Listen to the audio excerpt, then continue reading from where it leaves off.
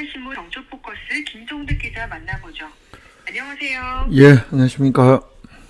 네, 경주 대표 관광지인 대릉원과 동궁과 월지가 2023 한국관광의별 올해의 관광지로 선정이 됐다는 소식이네요. 예, 그렇습니다. 이 한국관광의 별이 총 8개 분야인데 올해의 관광지가 사실상 이 8개 별 가운데 최고의 관광지다, 이렇게 보면 될 것 같은데요. 이 경주 대표 관광지이기도 합니다. 대릉원과 그리고 또 동궁과 월지 2023년 한국관광의 별 올해의 관광지로 선정이 됐습니다.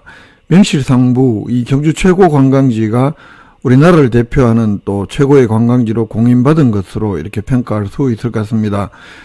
2013년에 시작해서 올해 13회째를 맞이하는 이 한국관광의 별은 국민이나 지자체 전문가 등이 추천한 부문별 후보지 가운데 심사평가를 거쳐서 선정 시상을 하고 있습니다. 올해는 그동안 매력관광자원 또 혁신관광자원으로 나누어서 선정하던 이 2개 관광지를 올해의 관광지로 통합해서 한 해를 대표하는 관광지로서의 위상을 높였다는 것이 문화체육관광부의 설명입니다. 또한 이 지역관광 마케팅 역량을 강화하고 또 서비스 개선을 촉진하기 위해서 관광 브랜드 마케팅 분야하고 올해의 관광기관 및 사업체 이 2개 부문도 신설을 했는데요.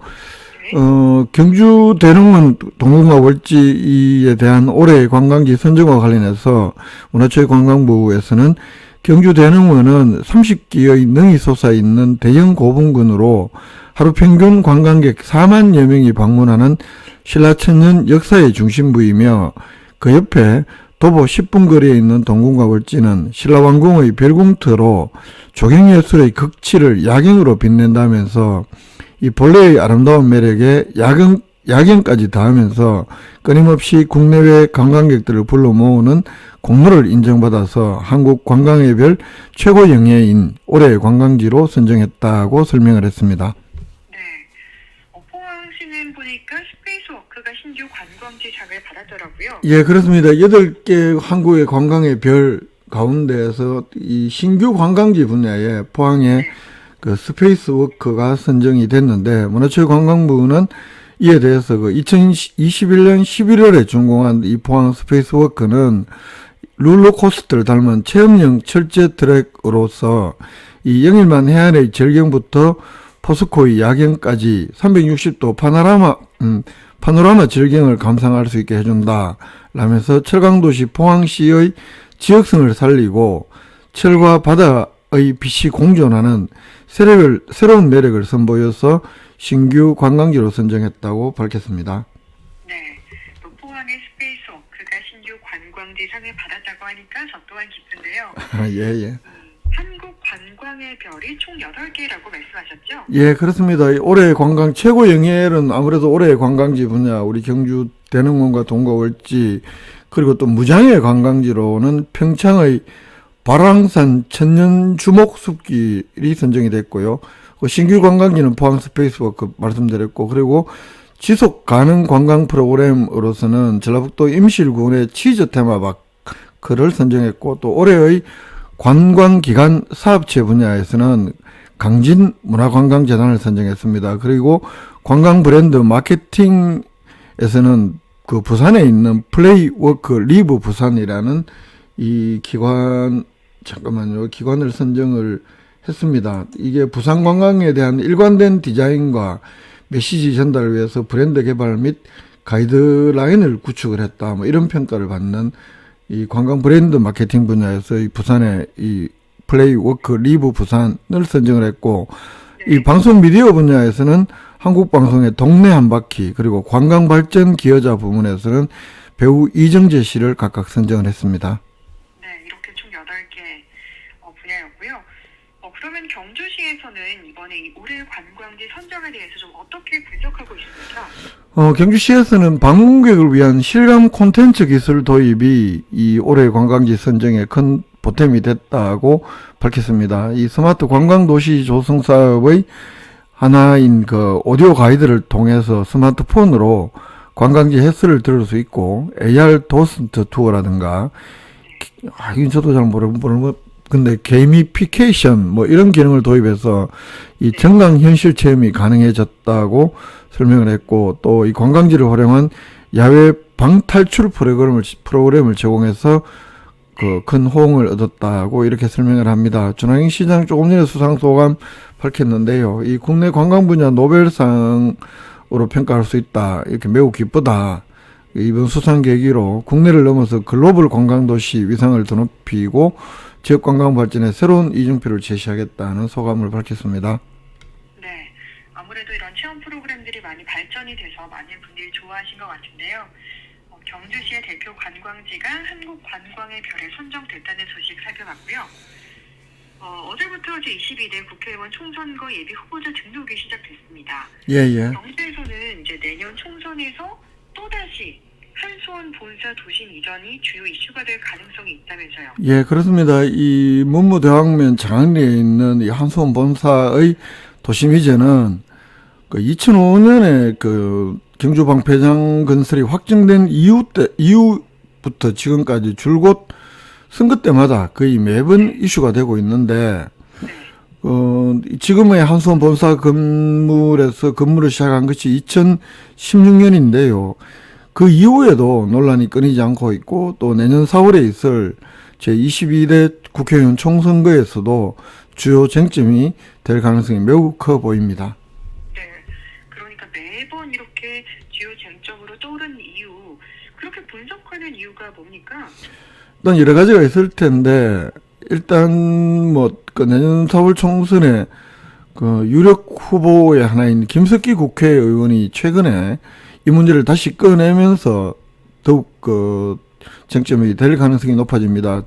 김석기 국회의원 최근에 경주 천재 개벽을 위한 7대 비전이라는 제목의 홍보물을 SNS를 통해서 광범위하게 배포를 하고 있는데, 이 7대 정책 가운데 한수원 본사 도심권 이전을 이렇게 멘토 박아서 제시를 하고 있습니다. 이렇기 때문에 내년 총선에서 김석기 의원이 제시할 그 공약 중에 하나가 될 가능성이 매우 크고, 이렇게 되면 당연히 주요 이슈가 될 수밖에 없다, 이런 것들이고, 그 7대 정책이라는 것이 대부분 김석기 의원이 의정 활동이나 기존 활동에서 강조해 왔던 것들인데, 이 한수원 본사 도심 이전을 김석기 의원이 정면으로 거론하고 나선 것은 아무래도 이 총선과 밀접한 관련이 있는 것으로 분석될 수밖에 없는 그런 상황입니다.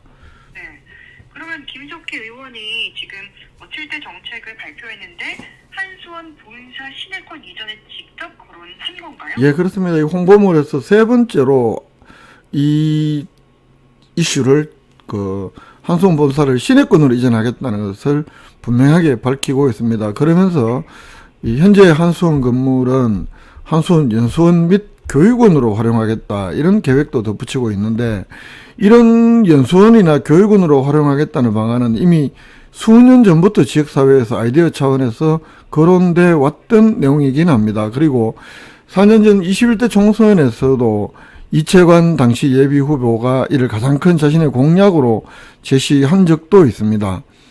또 그런가 하면 그 4년 전 21대 총선에서는 무소속 김일현 후보가 또 동경주 지역 주민들의 동의를 전제로 도심권 이전을 추진하겠다고 공약하기도 했었습니다. 그렇군요. 그러면 김석기 의원의 경우는 21대 총선에서는 이 한수원 본사 문제에 대해서 어떤 언급을 했습니까? 아까 조금 전에 말씀드린 몇몇 후보가 이런 도심권 이전을 하겠다 정면으로 공약을 했었습니다만, 당시 김석기 후보는 상대적으로 이런 부분에서는 조금 좀 결을 달리하는 공약을 제시했었습니다. 전면적 이전 대신 한수원 본사 제2청사를 도심권에 건립하겠다, 이런 약속을 했던 것인데요. 그 한수원 본사의 여러 기능 중에서 계약이라든가 일부 기능을 떼어내서 그 일부 사무실을 도심권에 짓겠다는 그런 약속이었고, 이런 그 방식의 한수원 본사 기능을 시내 쪽에 분산하겠다는 이런 그 아이디어는 준하경 시장도 여러 차례 그동안 취임 이후에 그 한수원 본사 일부 기능을 떼내서 도심권에 두겠다, 이런 그 아이디어를 여러 차례 밝히긴 했습니다만 구체적으로 성사되지는 않았습니다.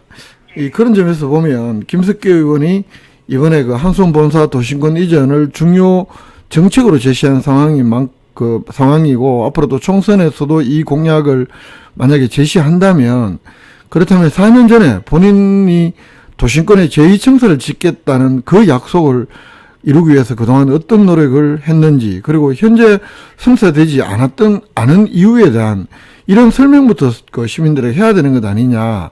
그게 순수다. 이런 지적도 있습니다. 네. 앞서도 얘기했듯이 계속해서 이 이슈가 떠오르고 있는데 선거 때마다 이게 주요 이슈로 떠오르는 이유가 뭘까요? 무엇보다도 예전부터 현재까지 논란이 쭉 이어져 오는 가장 큰 밑바닥에 깔린 정서는 현재 한수원 본사가 자리 잡고 있는 문무대왕면 장흥리 그 위치가 경주 전체의 경제적 효과를 가져오는데 크게 도움이 되지 않는다라는 정서가 깔려 있습니다. 그게 구체적으로 수치가 어떻게 제시되거나 그런 건 아니지만 어떻게 경주의 외곽에 있고 그렇다 보니까 한수원 회사 위상에도 맞지 않고 무엇보다도 경주 시민들 또는 정치권에서 거론하는 것은 이게 경주 전체 경제 발전에 큰 효과로 이어지지 못하고 있다. 이런 정서가 가장 밑바탕에 깔려 있기 때문에 때마다 이런 이슈가 제기되는 것으로 이렇게 분석할 수 있습니다. 그러면 이게 이제 실제로 성사를 가능성은 얼마나 될까요? 현재로서는 몇 가지 전제 조건을 충족해야 된다. 그동안의 논란 과정을 지켜봐도요. 그리고 무엇보다도 한수원이 공기업이긴 하지만 자체 의지가 있느냐부터 확인해야 되는 문제가 있습니다. 한수원 측이 도심권 이전에 동의해야 하는 것은 가장 기본적인 전제 조건일 것이고, 그리고 이게 공기업이기 때문에 기획재정부가 과연 막대한 천문학적인 예산이 들어가는 이 도심권 이전에 동의해 줄 것이냐 하는 이런 문제를 하나 묶어서 생각할 수 있을 것 같고, 두 번째로는 현재 한수원 본사가 그냥 문무대왕면에 들어간 것이 아니고 방패장 주민투표 때 어찌됐든 경주시의 약속에 의해서 이 장소로 갔기 때문에 만약에 도심권으로 이전을 하려고 한다면 문무대왕면 1차적으로 문무대왕면 주민들 그리고 2차적으로는 주변 2개 읍면 그러니까 동경주적 3개 읍면 주민들의 동의를 받아내는 문제가 반드시 필요합니다. 이 부분도 간단한 문제가 아닐 테고 설령 정치권이 주민들이 동의했다 이렇게 하더라도 주민들의 의사를 어떤 경로를 거쳐서 어느 수준까지 동의를 해야 이게 동의냐 어떻게 확인할 것이냐 이런 부분들도 상당한 논란이 될 가능성도 배제할 수 없습니다. 다시 한번 결론상으로 말씀드리면 한수원 본사의 입장 그리고 한수원 본사가 있는 동경주적 특히 문무대왕면 주민들의 의사가 가장 큰 변수가 될 것은 분명해 보입니다. 네, 이 한수원 본사 도심권 이전 문제 계속해서 살펴봐야겠습니다. 경주소식 김종득 기자와 함께했습니다. 고맙습니다. 예, 고맙습니다.